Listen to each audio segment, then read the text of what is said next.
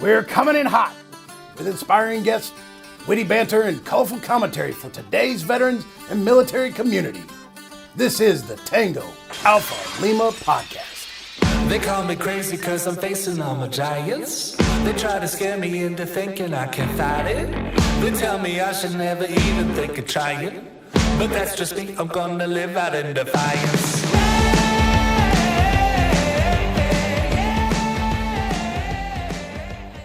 Welcome back once again to the Tango Alpha Lima experience. I'm Jeff Daly of the Michigan Dailies. You've heard of us. And here with me always is my good friend, Ashley Marie Gorbolja Maldonado, who is married to my great friend, Robert Maldonado.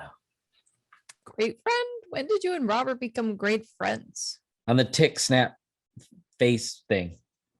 One of those. You're really showing your age, and I have to tell you, he's never mentioned you. Ever. Well, you know, sometimes like things that happen in the man cave, stay in the man cave. Wait, that's Sevian, Robert. It's secrets kept held close, I suppose. Well, there you go. I'll be sure to ask him over dinner tonight. All right, please do that. Yes. And what you can also talk about is a strange thing I've noticed in our content upcoming this month. There's a lot of, and not that I'm upset about it, but there's a lot of feminine influence in these stories. Mm-hmm. I don't know. I don't understand. I know, Jeff, you're quite the observant. That's for sure. Yeah. So what's important to know is that March is Military Women's History Month. It's an incredibly important month where we take a look at women from all across industries, professional, just every possible thing that we've done, just in general for women, for all things, right? I know I was trying to work a way to get in there, but more importantly, this month is about just sharing the stories of remarkable women who have either been the trailblazers, they've, the first of the first, the inventors, the scientists, the medical folks. There's just so many women who may not have ever been given credit or kind of been written out of history. And we need to let people know what we're doing in the present and where we've come from a past perspective. So that's why that's why we're gonna talk about some of these things, and we're gonna have conversations. So let's do it. Well, that's cool because our guest coming up in a little bit has done some big things. And I'm interested to hear what she has to say on that. But before we get to that, I think one of the things when we do these, when we have these months, is we do like to celebrate the wins, but we also have to talk about the challenges and the perils that make themselves known on the journey, if you will. So our first story is an unfortunate story, and Ashley, please. All right, so we're going to lead off with this story. We think it's incredibly important that we talk about sexual assault in the military. So there's a military.com article discussing service academies reporting the highest number of sexual assaults ever. Now, mind you, Department of Defense Defense Department has been, tracking this problem since 2006, but students of the U.S. service academies filed 131 reports of sexual assault during 2020 and 2021 academic year. Now, the report represents about 7.4% increase from 2018 to 2019 academic year. So with this, the last time students spent a full year in class before the pandemic. So for a reference point, this marks a 43% increase from 2019 to 2020 when students were sent home to March to protect them from contracting, COVID-19, right? So as the increases are troubling, there's still only a representative of fraction of sexual assaults in academies. So according to data released by the DoD Sexual Assault Prevention and Response Office, students have listed that 747 sexual assault cases happened in the U.S. Air Force, U.S. military, and U.S. Naval academies in the survey conducted over the covering of, the years that we're discussing. So 2017-18, which is the point of reference to now. So yet just 92 were formally reported. I think let's just talk about big picture here. Like, we've been having a lot of conversations about this expansive gap of services, of support, of really listening to individuals that have become victims of sexual assault, right? Like, I think there's been enough conversation, but there isn't, of course, I mean, obviously, like, we still need to move and continue to move in a direction where this is not normal. Like, I don't want this to be normal anymore. Like, I'm tired of hearing it. As someone who was sexually assaulted, like, this just makes me sad. I don't know how we get it through people's minds that, like, non-consensual sex is not how we do this. Like, don't make advances that you've been told not to do, right? So when we look at this gap of the academies, right, it's not a long way off from the public goal of encouraging all victims to report sexual assault and to reduce how often the crime occurs. And But go on. I was just going to say there's so many levels of disappointment and opportunities for rage that I'm seeing here. First of all, just the acts of violence that are quantified in numbers deserving of a headline. Do you realize when you have a headline, something is significant? So this is significantly troubling. And the multiplier to that is, in the military, is that these are the best and brightest, supposedly.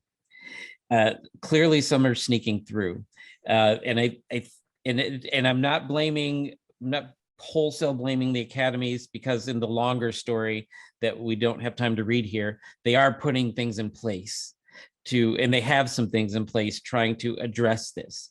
But it's hard to fight bad character. Yeah. Just absolutely. like it's hard to prevent people robbing you. You can make all kinds of laws. You can have law enforcement people patrolling. Somebody with low character is still going to get in that lock in that door. So you can have the things on campus to try to prevent these things, but the reality is that the character of the people coming in needs to be looked at. And I know the people, it's where the people I know of, and they're men and women that have been to academies. The ones that I know have strong character. And it's I find it, and that's another layer. It's insulting to those who are the best and brightest, that they have to read this crap. They have to look at this, and it sullies the value of their experience. So it's like I said, it's multipliers of troubling. It really is. I mean, if you think about it, like if in this article specifically, it cites 11 of the cases resulted in court-martial charges, while others found that evidence could only prove a non-sexual assault offense. The victim dropped the case, or there was insufficient evidence to prosecute. Now, can you imagine if you came forward, whether it was restricted, unrestricted, and you are trying to be heard, and then you were told that there's insufficient evidence, you still have to, sometimes they'll give you the option, you can go, you can transfer, you can do whatever, at least, in your active duty, like, the academies, I feel like it's a bit elusive. Like, how do you, you can't transfer. You can't like transfer. So what happens? Then you get to serve next to someone with low character who got away with something. Like that is the worst possible torture for somebody. And I know that personally, because I had to do that for 5 years because nobody listened. So this hits home for me. And I know that we're starting off a little bit more on the down, but like, this is an important issue. We have to keep talking about it. And, we need to keep building some structure to make sure that folks can be taken care of. And that also we continue to develop and analyze the character of the men and women that we're putting in the most prestigious academies. Because where does it start? Is it, that do we need more high school education about like what is consent? Like, can maybe more sex education? Like, can we talk about maybe having some of those implementing things? Like, how do we get in the minds of young folks and say, like, that's not okay. Like, this is not okay. Right. So, I mean, we have to do, yeah. we have to do something. It's, thing was making noise there. We do have to do something. And I do think that it's part of what's funneling into the system. You kind of have to, and I don't know how to measure character. I don't know how to expose it, but I mean, somebody does. They do these things to give people clearances. They investigate everything about them. And maybe it's, I don't know if you have to have a clearance to get into the academies, but maybe you need to. And if they have a low level one, maybe they need a higher level one, because we do have to root something out. That is, like you said, this is kind of not a celebratory story, but we are going to have plenty of that this month. And perhaps the humanizing effect will create a scenario where someone who probably, I mean, I have to think that people who make these offenses think of their victims as less than. And when you hear these stories of people who are significantly more than, that hopefully that humanizing effect will have a positive effect. And with that, I think we are going to hear one of those today, because we're going to be joined by Erin Miller. Erin Miller is the author of Final Flight, Final Fight, in the children's book, or as I call it, the Marine Corps level book, What Grandma Did.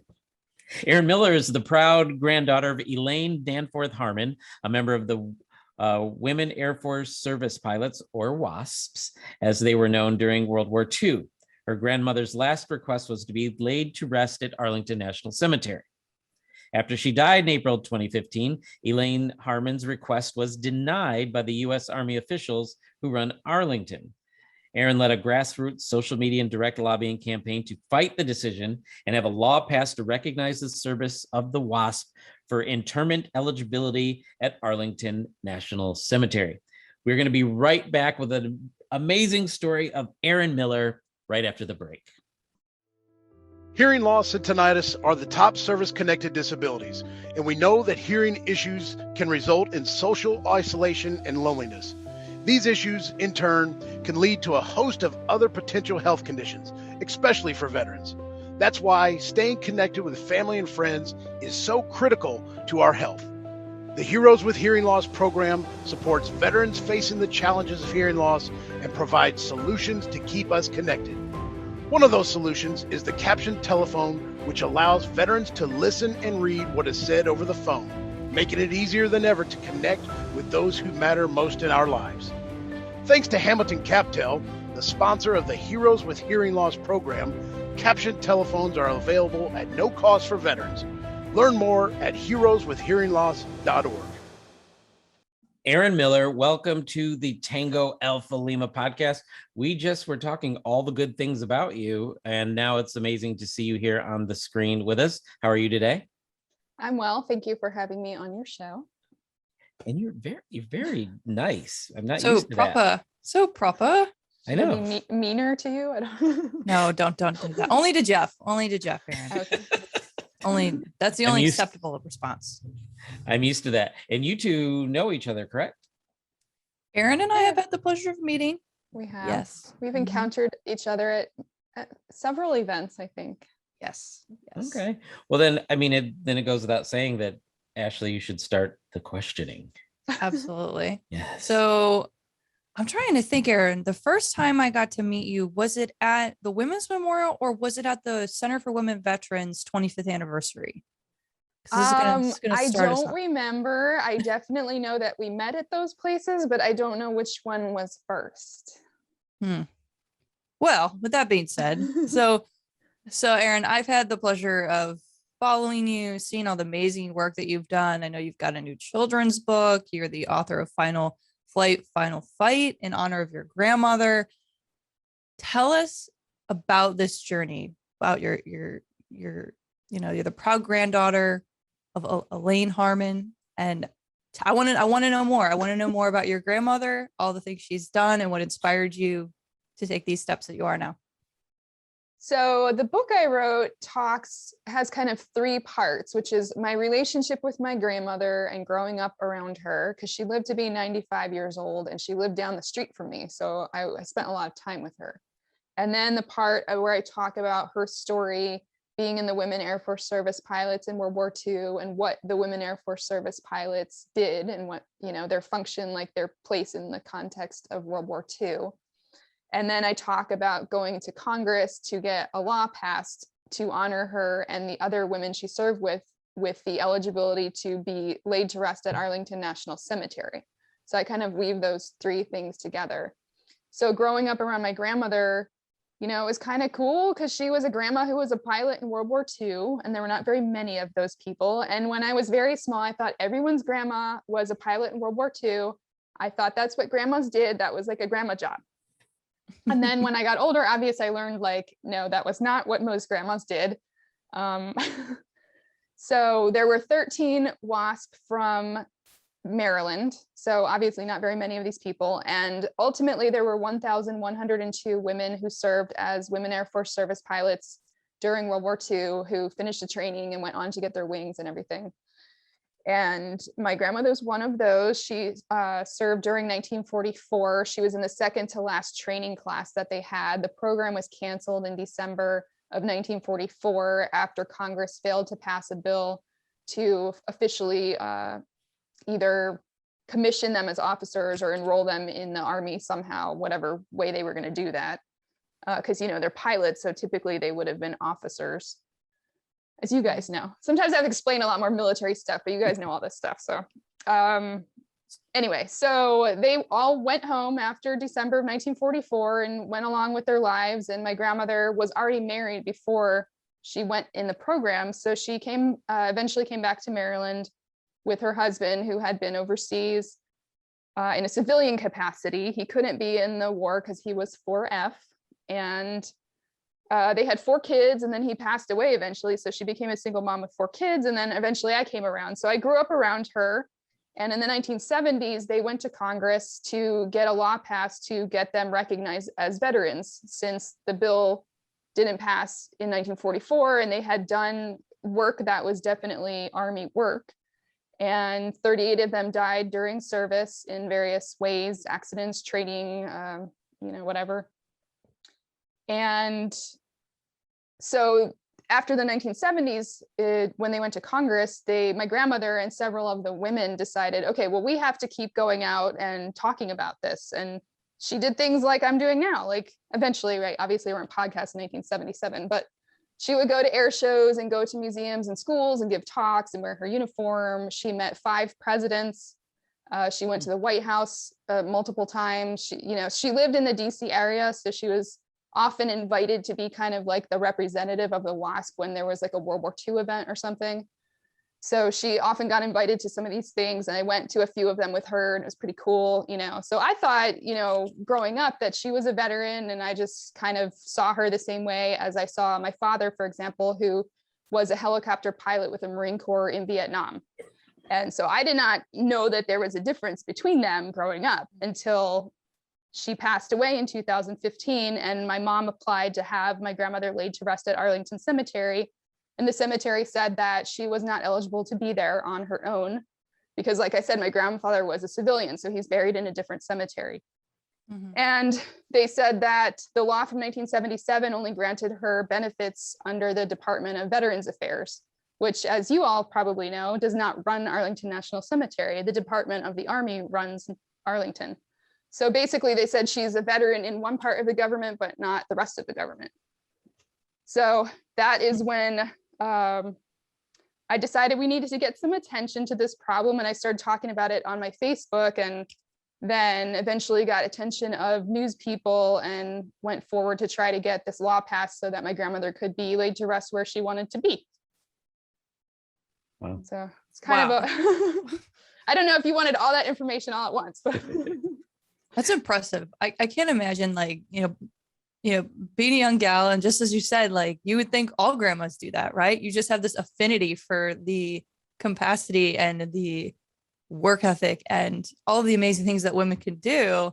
And you're learning as you grow older that in this, I think it was late 60s, early 70s, women at some certain points still couldn't apply for credit cards on their own credit, right? Right. You think about these timelines of her going around and traveling, and then you being able to to go with her to some of these events and just see grandma in action. Like, I love my grandmother, and like, I call her Luscious Linda, and I adore this woman, and she is like my strength. And to hear it's just so meaningful. I cannot. And she was a WASP, correct?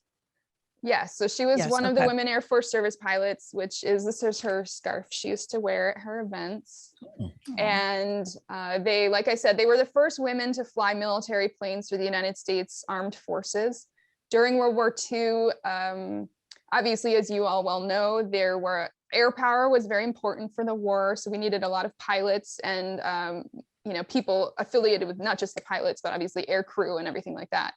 So they decided they may not have enough pilots to fill all these slots. So in the 1930s, the government, foreseeing that perhaps the United States would become involved in World War II, created a program called the Civilian Pilot Training Program, which became affiliated with a lot of universities across the country, including Tuskegee University, which is how some of the Tuskegee Airmen first learned how to fly. So my grandmother was going to school at the University of Maryland, and that is where she became a licensed pilot, was through this program at school, her last year of college at the College Park Airport. So she already had a license. So in order to join the WASP, you had to already be a licensed pilot. So she applied for the program. There were more than 25,000 applicants. And the purpose was to free up male pilots to send them overseas for combat missions, and then have the women come in and do the more routine flying domestically, like moving planes from factories. Like the Rosie the Riveters would build the planes, right? They'd come out of the factory, and the WASP would get in the plane and fly them to, whatever departure point that the military needed them to take the planes overseas. Or they would do test flights of new planes, or they would put hours on engines that, how when you get a new car and you have to drive it like a certain amount. So they would do that type of thing, but with an airplane. They towed targets. So men in training would shoot at these targets that the women would fly across the sky. That's absolutely that's terrifying. Yeah, that's these big terrifying. Banners kind of look like the banners at the beach when they're like selling beer, right? Like it was kind of like that, this long banner, and the guys would shoot at it. It's like 17, 18-year-old guys are like shooting at these planes that like my grandma's friends are flying around, right? So they did all kinds of these tasks all within the domestic sphere. And they flew more than 60 million miles during their time collectively. And they learned how to fly every plane that was built and operating during World War II, from little trainers all the way to the B-29 bomber. That's so impressive. I just have a hard time even with my own audio equipment. So there's just, I can't believe they're letting rookies shoot targets that were being pulled by live human beings. I know. You can see with Ashley what happens when you're a rookie at something like snowboarding. You end up with broken wrists. I can't imagine a rookie shooting at me in the sky. So the one of your books, it's called What Grandma Did, which made it sound like it was going to be a crime novel. I didn't. I know, right? What did she do? What did she do? So are both books about her journey? Yes. So the first one I wrote, which conveniently I have here, is called Final Flight, Final Fight. And it's more like a narrative, like a novel for adults, right? But I've had younger people read it too, and they love it too. So even middle school kids have read it. I wrote it for like a general audience, but it explains, like I said before, it's the whole journey with my grandma and me and Congress. And then I recently published a new book called What Grandma Did, which is a children's book version of the story. And so it has these beautiful illustrations, right? Oh. And it's the same story. It's just kind of about like what the women did in the war, and talking about, what it means to serve your country type of thing, and what they did, and how their story was a little bit unknown, and people were kind of trying to keep what they did a little bit of a secret and not really talk about it. And then they realized, like, we have to talk about it. We have to tell people our story. Wow. So you the story it's fascinating for a couple of reasons. I love the image that you gave of Rosie the Riveter handing it off to a WASP, and I just There are literally, I mean, that's what would happen, right? I don't know how much you guys know about like the aircraft building process during World War II, but the planes would come down these, right? And there people would just be on the, like at the Ford factory, right? They're just on the assembly line putting stuff, you know, as it goes along. And then when it gets to the end, the plane would just pop out and someone would literally get in and fly it away. Like that's what would happen. So it's literally that would happen. It's kind of crazy. The scariest test drive of all time. Yeah. Right? Pretty much. 100%. So let's kind of dig back in, because I'm fascinated by bureaucracy, which isn't a thing people normally say. I think that you probably could start a red tape museum with what you went through. How did you get through that? How did you know what to do? Did anybody help? Like, did you have to have lawyers? What was going on to get all this done? So I am a lawyer conveniently, okay. but that was not, so, you know, I have some background in that. And after this happened, I actually was talking to my friends from law school and I was like, you know, we never really learn in law school about like how you write laws. We just learn about court cases and what you do in court, you know. I was like, we should learn more about actually writing the actual legislation, right? Anyway, so I have like a general idea. I grew up in the DC area, right, in Maryland. And so this has kind of always been in my, you know, background on the news and stuff growing up. And one of my sisters was worked in advocacy for, I said she's a veterinarian. She worked for a veterinary organization for a few years on Capitol Hill, and that was part of her job. So between us, like we had a general idea of what was supposed to happen, but that doesn't mean you can actually make it happen. Because as you guys know, you need somebody in Congress to write a bill. You need people to be interested and support it. And, you know, just because someone writes a bill doesn't mean that it's actually going to move anywhere. So there's like a lot of pieces that need to come together. So I kind of looked at it like, okay, I need the press to be interested in this. That way there's some, you know, like attention to it. And I need the public to be interested in it, right? So that it shows like people care about this thing that's important. And then the other third leg of the stool is people in Congress. Like you need them to grab onto this idea and write a bill and support it and push it ahead, right? So we were very fortunate after getting some local news interest that the Associated Press picked it up and big news places started picking it up. And I started doing tons and tons of news interviews, which was good because then that gets attention to it, right? People start writing to their Congress people, like, we need to get this done. And through that process, Representative Martha McSally, who was in the House of Representatives at the time and was conveniently there because she was actually the first woman to fly a combat mission for the United States Air Force after they lifted the restriction on women flying in combat in 1993. Which was roughly 50 years after my grandmother was flying planes. So like that's how long it took from women to fly planes in the military to be allowed to fly them in combat. So anyway, she happened to be a member of Congress and she introduced this bill for my grandmother for the Women Airforce Service Pilots, and then was very, very vocal about it, which you need another thing. Like you need a member who's not just gonna represent, like write a bill, but you need one who's passionate about it, it's gonna like move it ahead, you know? So we were very lucky that she was there to push that forward. And then I spent a few months on Capitol Hill visiting personally myself. I visited more than 150 offices on Capitol Hill between the House of Representatives and the Senate, meeting with senators and members of the House and their staff, and just talking about the bill and explaining the situation. And fortunately, it moved pretty quickly, you know, due to, I think, all of these different things working together, you know, moved pretty quickly and was eventually signed into law by the president in May 2016. So about five months after it was introduced. That's pretty awesome. So it's you actually changed like bureaucratic policy and Yes.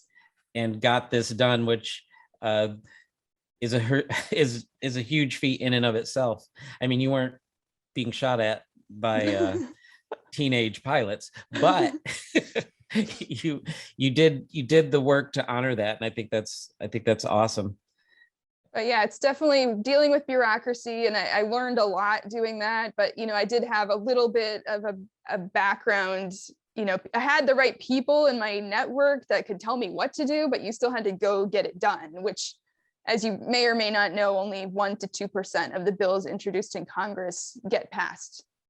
So, you know, they introduce like more than 10,000 bills, and, you know, a small number of them actually go through. So you have to get like a lot together to make sure it gets done, and it all, you know, plus some luck, you know. All right, Ash, you got any follow up to that? No, I was just gonna say, Erin, I think you need to make like a how-to plan, how to get your bill through, like, oh gosh, what was it? You need to do like a Schoolhouse Rock Yeah. version of the 21st century on how to get a bill through.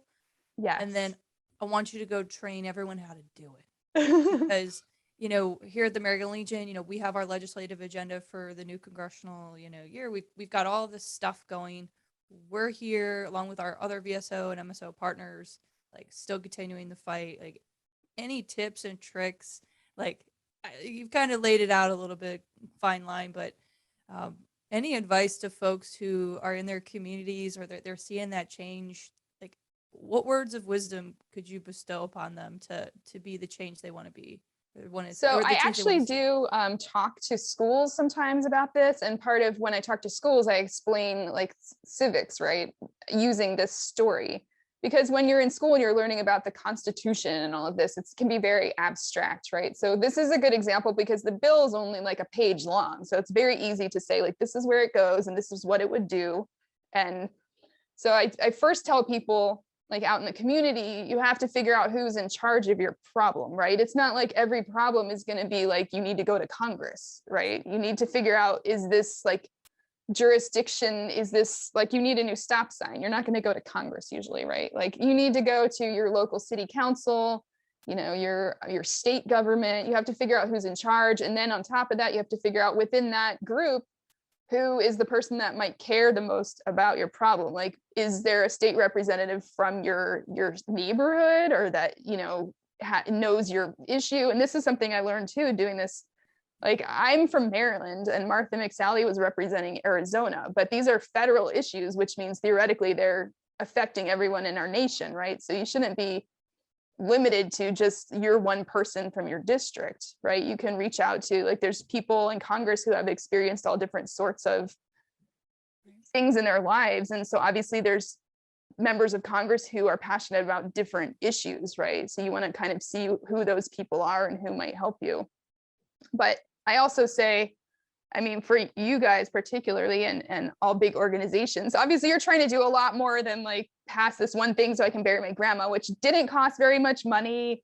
And pretty much everyone thought like, yeah, we should do this. Like, it was pretty agreeable, even though that still doesn't make it like, you know, a given that it's going to get done.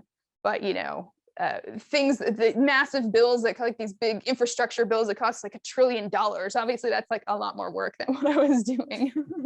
That's gonna be more than one page. It's interesting that you brought up Schoolhouse Rock and updating it. The weird thing is, I don't think the process has changed at all since long before Schoolhouse Rock. So I think you just put a backbeat on it and call it new, and it's the same content.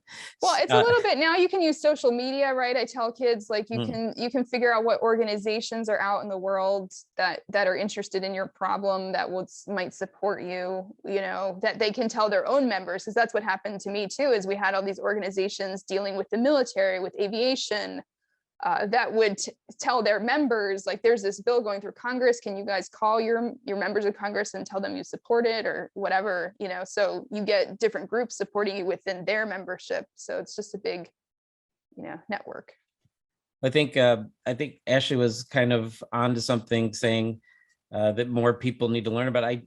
I think through the process of writing, I'm getting quite prolific, and I'm going to annoy Mr. Seavey soon, but I'm getting quite prolific at writing resolutions for the American Legion.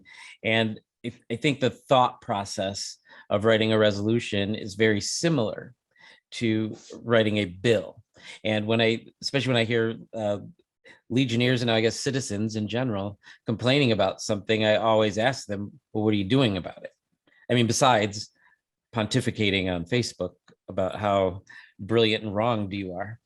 So I think that you going out and teaching these lessons to kids is yet another example of you doing heroes work, because it's vital to our democracy that people realize that just because they're not elected doesn't mean that they don't have a capacity to facilitate change. So it's outstanding work.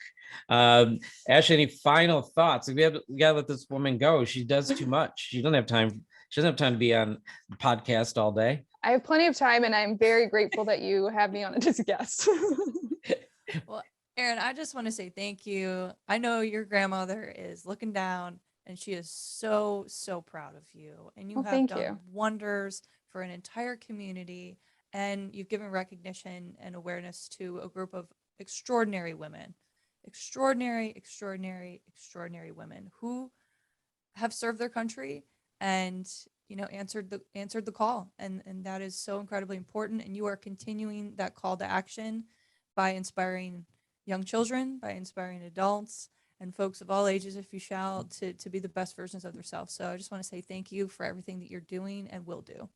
Oh, I actually just remembered, and I mentioned in my book, I think, that we were invited after my grandma died to a local American Legion post, and they honored her with some sort of proclamation of honorary something or other, but I have it somewhere. I don't remember exactly what it says, but it was very cool. Oh, and I wanted to point out that your grandmother's not just looking down on you, she's looking across at you. If you're not watching the feed, you're missing that it's not just awesome activity that gets passed down by the generation, but also the aesthetic qualities are passed down by the generation. So you definitely are related. You're definitely related, and it's good to see her there. And maybe we'll probably get a screenshot to put in the story, but that's pretty cool. So I want to thank you again for coming on behalf of Ashley and super producer Holly, who the people can't see. Thank you so much for sharing this story with us and with the world. And thank you for righting a wrong and teaching others how to do it moving forward. Well, thank you for having me. I'm very honored to be a guest.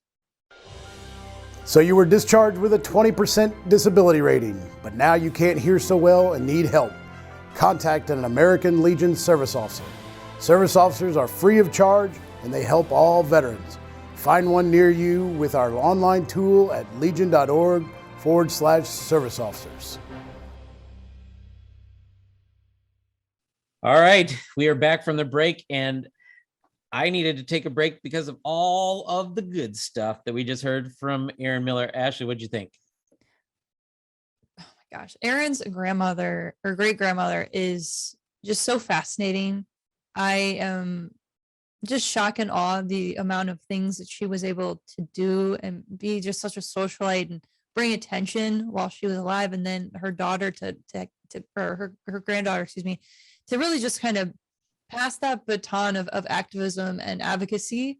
And I really, that is what speaks to, you know, Women's Military History Month, right? Like, we have these amazing women who otherwise their service may not have been known or recognized. I mean, there are just so many things that happened that took decades and decades. And to see that what Erin did in like a 5-month campaign and got it built, that's like, Lord, I need her to just get down to the Capitol Hill and make some other stuff happen, because it's impressive. It's incredibly impressive. And I'm really proud of her. I know her grandmother or her great grandmother is as well. Right, because we fight battles on different in different venues of war. So her grandmother flew, and then the granddaughter is carrying on that tradition. And I'm a big fan of representing veterans of all demographics who are just regular or not recognized, not the big headline stuff. Like killed 1 million people. Amazing. Thank you for that. But also like just the guys that are, you know, they cooked and now they're here and, you know, and they're trying real hard to be an actor. I'm localizing that, but it's those stories are important to me. And I try to use our post level meeting communications to do that. Just everyday people. That's really, if I could interject. Yeah, that's really the experience of a lot of women from World War II. they did their jobs. They were asked to do all of these things. They made sacrifices, and a lot of them did not get any of that recognition because of the way society viewed women's roles.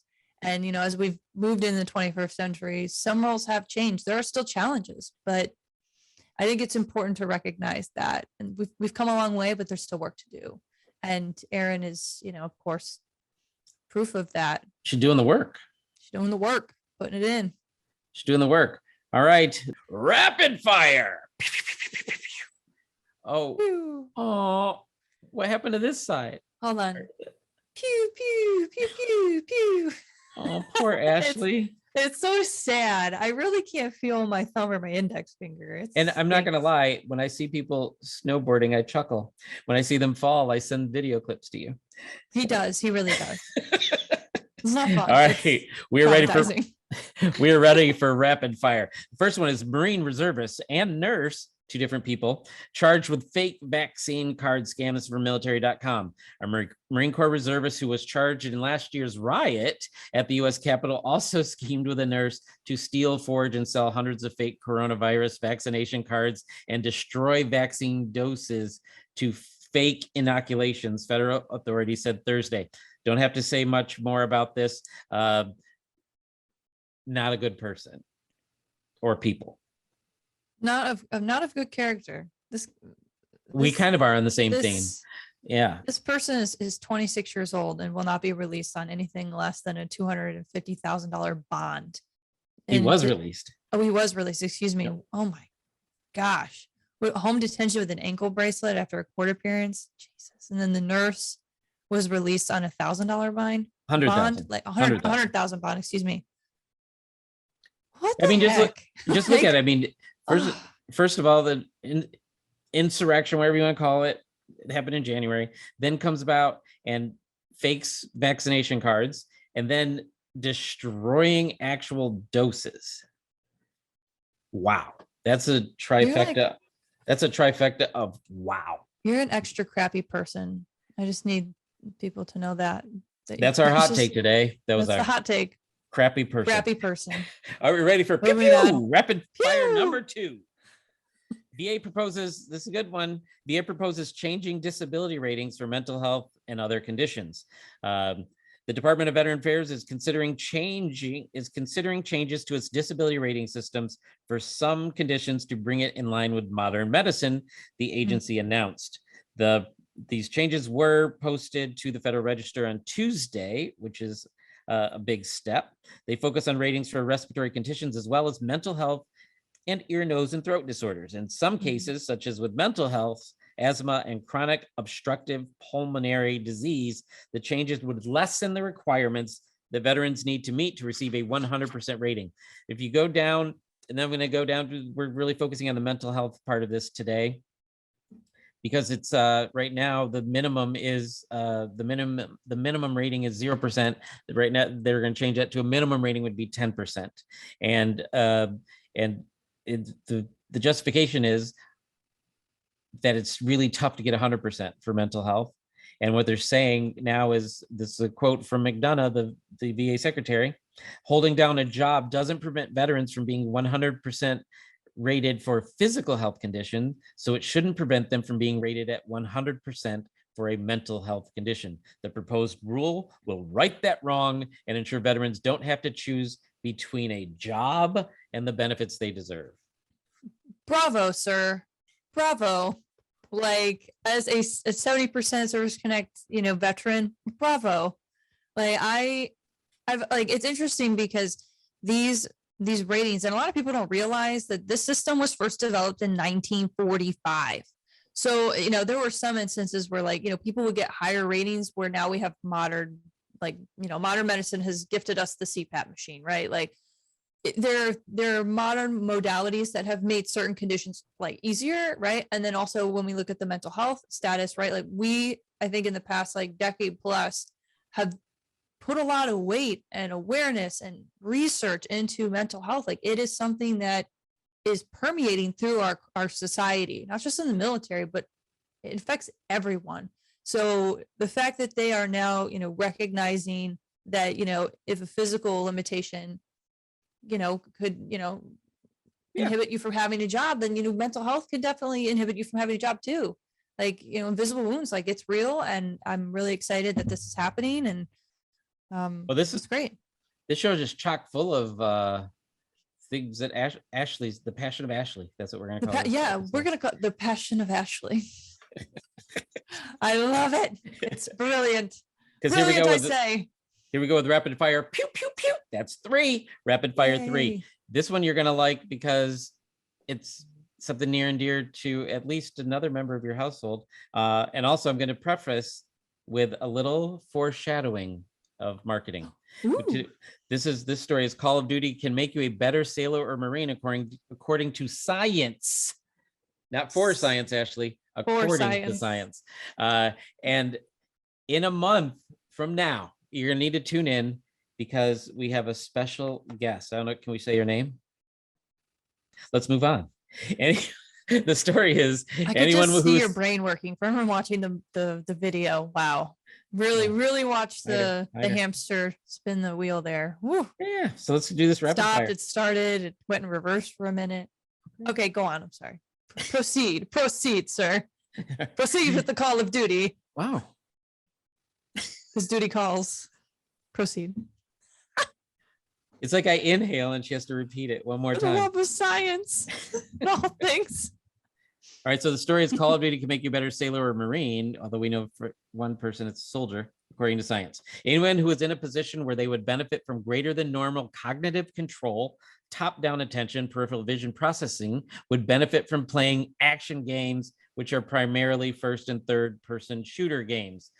That was said by Dr. C. Sean Green, a psychology professor at the University of Wisconsin-Madison, whose work studying the effect of video games on cognitive performance was supported by the Office of Naval Research. He's saying 10 hours of video games can change the structure and organization of a person's brain. In the past few years, we've gathered data through research that backs that up. The data will eventually be applied for training to enhance warfighter performance. I feel like your mind just got blown there. You're like, what? What? Yeah. I mean, I'm not shocked that it would definitely kind of rewire your brain a little bit. I mean, from like your reaction to just setting the stimuli down to just, handling the remote control to like observing to having to change directions. I don't see why it wouldn't affect kind of the thought processes and patterns that we, just would normally do from walking to riding a bike, right? Like sometimes those things just become like second nature. So it doesn't surprise me that, again, like if this is going to be more virtual and more hands-on kind of training for surgeons and pilots, as the Navy press release indicated, like this is a huge set of individuals that, from those involved in combat to people like surgeons or pilots, like I don't see why it wouldn't be helpful as a training tool. There you go. There we And go. I'm sure, have you noticed your husband being a better soldier? Because he plays a lot of video games. Maybe. Wow, he's gonna hear that. I know. Anyway. I love you. Love you. No, Rob's great. I'm really proud of him. He's just recently switched positions and now he's taking care of soldiers as a training NCO. I'm really proud of him. He's going to change lives. Like he's going to really make stuff happen. Oh, the waterworks. See, you didn't even know that about your best friend. You didn't even know. We talk about dude things. Who won the game? Good team. You don't even play video games. I don't want to hear it. No. No. I was talking sports for a second. But with that, I think the Passion of Ashley episode has to come to an end. We hope you enjoyed this week. We hope you enjoyed this episode of the Tango Alpha Lima experience. And just so you know, to remind you, we have over 100 episodes that you can listen to. If you miss us too much before next week, you can always get your fill at the legion.org/Tango Alpha Lima website. Oh, yes. So don't forget to subscribe to the Tango Alpha Lima podcast on YouTube, Apple Podcasts, Spotify, or wherever you consume your podcasts. Please leave us a review and give us a big old 5-star rating so the world knows how much you love us. So much love. And if you have a guest recommendation, go to legion.org/Tango Tango Alpha Lima and click on the suggest a guest link. Say that 3 times fast. Suggest a guest, suggest a guest, suggest a guest. And with that being said, Jeff. All right, it's with on that, I'm just going to go ahead and do it. Rip that Band-Aid up, and I declare season 3, episode 94, mission complete.